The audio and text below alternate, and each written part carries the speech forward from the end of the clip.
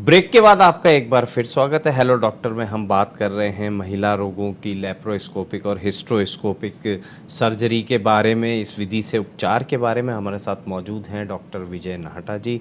आप वरिष्ठ स्त्री एवं प्रसूति रोग विशेषज्ञ हैं और काफ़ी समय से इस क्षेत्र में काम कर रहे हैं।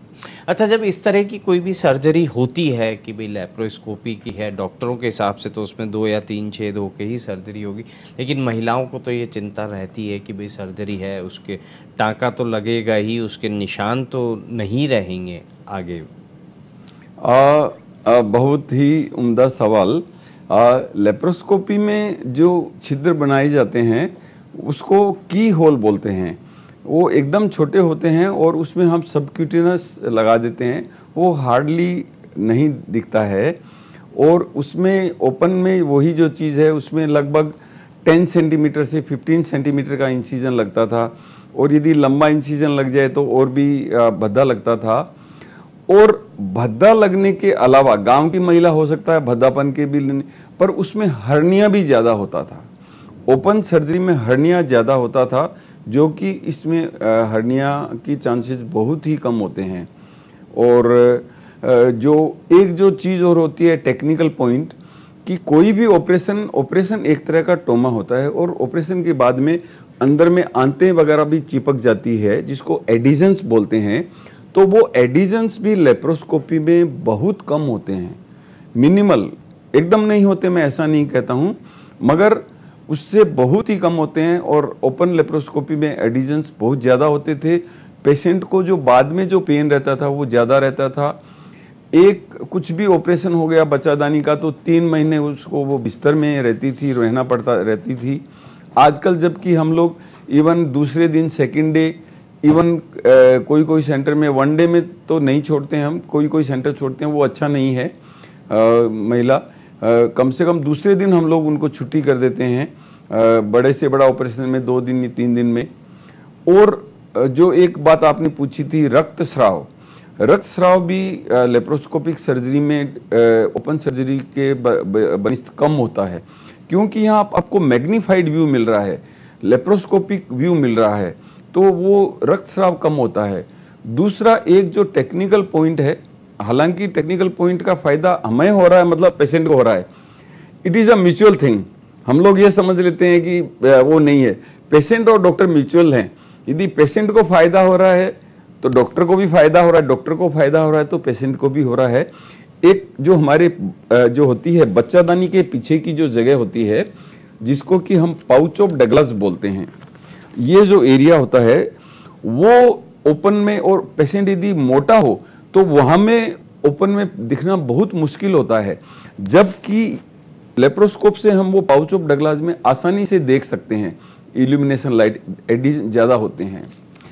और एक जो लेप्रोस्कोपी का जो फायदा हो रहा है, जो मैं आपको बोलूं, जो कि टीम को है, पर अल्टीमेटली इसमें जो सर्जिकल टीम का कोऑर्डिनेशन बहुत अच्छा होता है।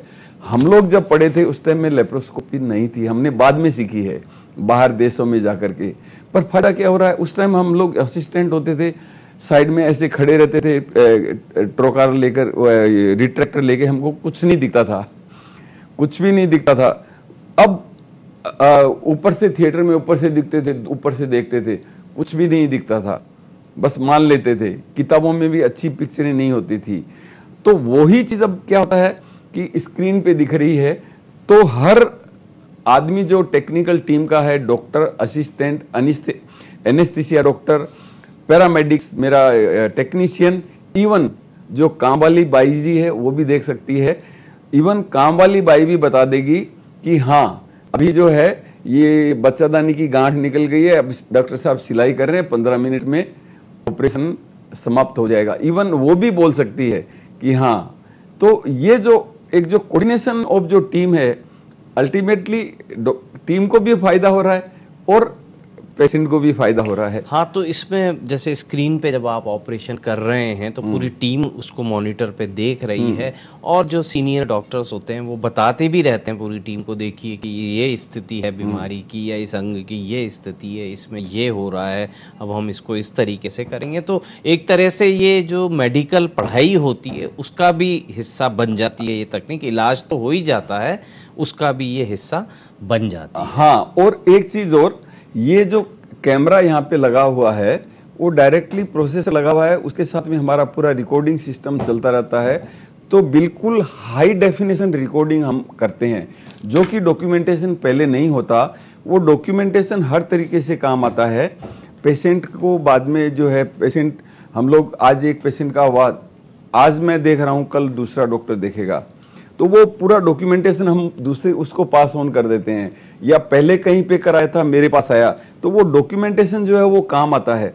और वो डॉक्यूमेंटेशन शिक्षा को भी आगे बढ़ाने के काम में आता है, उसको शिक्षा को भी आगे। आज के दिन इंडिया में जितने अच्छे सर्जन हैं, क्योंकि हम लोग उन लोगों की पॉपुलेशन इतनी कम है कि वो लोग 10 ऑपरेशन करते हैं, हम लोग को वो केसेस 100 मिलते हैं।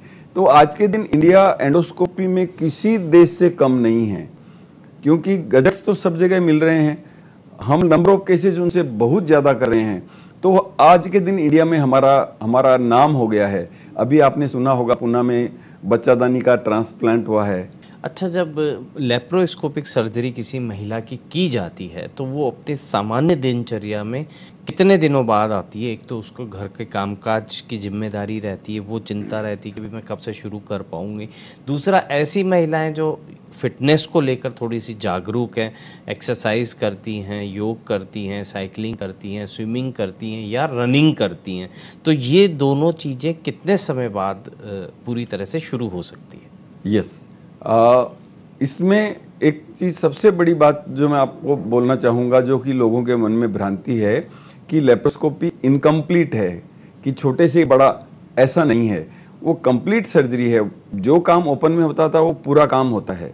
दूसरी बात आप जो पूछ रहे हैं कि जो वह कितने दिनों में, ये 2 चीज़ों पे डिपेंड करता है। एक तो डॉक्टर और सर्जरी की कितनी कुशलता से की गई है, दूसरा पेशेंट की मानसिकता, उसकी पहले की फिटनेस। यदि वो पहले फिट थी तो इवन 2 से 3 दिन में वो अपना घर का काम कर सकती है, और 15-20 दिन बाद में अपनी नॉर्मल योगा, रनिंग या जो भी एक्सरसाइज, साइकिलिंग है, या जो एक गृहिणी का जो घर का कामकाज है, वो चाहे सिलाई मशीन हो, चाहे वॉशिंग मशीन हो, चाहे घर का रोटी बनाने का, एक गृहिणी का अपना काम आराम से 7 दिन से 10 दिन में, और वो हल्का सा पेन बराबर हो जाता है।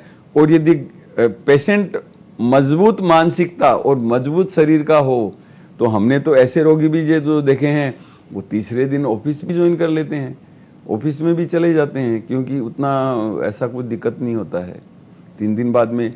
तो ये तीनों चीज़ों पे, पर यदि कुशल सर्जरी हो, पेशेंट मानसिक रूप से फिटनेस हो, तो 3 से 7 दिन में अपने कार्यरत हो सकती हैं। तो तकनीक जो है वो हमारी बीमारी का तो इलाज कर ही देती है, लेकिन मरीज होने के नाते हमारी जिम्मेदारी ये बनती है कि हम अपने शरीर को मजबूत बनाए रखें, ताकि रिकवरी में हमारी तरफ से भी ये योगदान अपने लिए, खुद के लिए है, ये बहुत ज़रूरी होता है। बाकी दवाइयाँ और इलाज वो अपने समय से और अपने तरीके से काम करते हैं। डॉक्टर विजय नाहटा जी को हम थैंक्स कहेंगे, उन्होंने इतनी उपयोगी जानकारी हमारे दर्शकों को दी। और ट्रेनिंग मतलब वो शिक्षण के कार्य से ज़्यादा जुड़े हुए हैं, इलाज तो करते ही हैं लेकिन ट्रेनिंग है, कई देशों में आपने भी ट्रेनिंग ली है, तो उनका इस बात पे भी जोर रहता है कि भाई ज़्यादा से ज़्यादा डॉक्टर्स नई तरह की चीज़ों को सीखें तो हमारे देश के लोगों को उसका ज़्यादा फ़ायदा होगा। पत्रिका की विश्वसनीय खबरों को आप ऐप के ज़रिए भी जान सकते हैं। प्ले स्टोर में जाकर आप पत्रिका टाइप करें और पत्रिका हिंदी न्यूज़ ऐप को डाउनलोड करें, जहां आप लेटेस्ट खबरों के साथ पत्रिका टीवी लाइव भी देख सकते हैं। हेलो डॉक्टर में आज के लिए बस इतना ही, कल फिर मिलेंगे। देखते रहें पत्रिका टीवी। नमस्कार।